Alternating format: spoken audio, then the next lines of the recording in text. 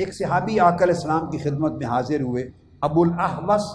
اپنے والد سے روایت کرتے ہیں، عرض کرتے ہیں یا رسول اللہ، یہ ایک شخص آیا ہے میرے پاس، ایک شخص، یہ امام طبرانی نے معجم الکبیر میں روایت کی حدیث، ایک شخص آیا ہے تو آقا میں نے آپ سے سوال کرنا ہے، میں جب اس کے پاس گیا تھا اور اس کے پاس سے گزرا تھا تو اس نے مجھے پوچھا نہیں تھا اور میری ضیافت بھی نہیں کی تھی، کوئی مہمان نوازی بھی نہیں کی تھی، نہ میرا مجھ سے کھانا پوچھا، نہ پانی پوچھا، نہ ٹھہرنے رہنے کا پوچھا، میری پرواہ نہیں کی تھی۔ ایک بار میں گزرا تھا وہاں سے، اس نے میری پرواہ نہیں کی تھی، اب اس کا گزر میرے پاس سے ہوا، میرے پاس آیا ہے، تو کیا مجھ پر واجب ہے میں کروں اس کی پرواہ؟ اس نے میرے ساتھ یہ کیا تھا تو میں کیسا کروں؟ آقا علیہ السلام نے فرمایا نہیں، تو اس کی میزبانی کر، اس نے کیا کیا تھا اس کے عمل کو نہ دیکھ، اس کے عمل کو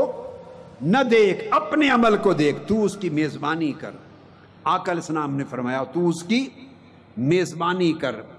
چونکہ بندہ جب بندے کی میزبانی کرے گا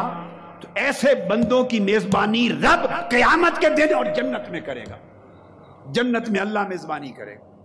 آقا علیہ السلام نے فرمایا، ایک صحابی پوچھتا ہے یا رسول اللہ، میرے رشتہ دار میرے ساتھ زیادتی کرتے ہیں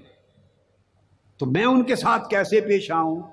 آقا علیہ السلام نے فرمایا بے شک وہ زیادتی کریں تو بھلائی سے پیش آ، تو احسان کر، وہ برائی کریں تو اچھائی کر، وہ جفا کریں تو وفا کر، وہ تیرے اوپر ظلم کریں تو رحمت کر، وہ تمہیں تکلیف دے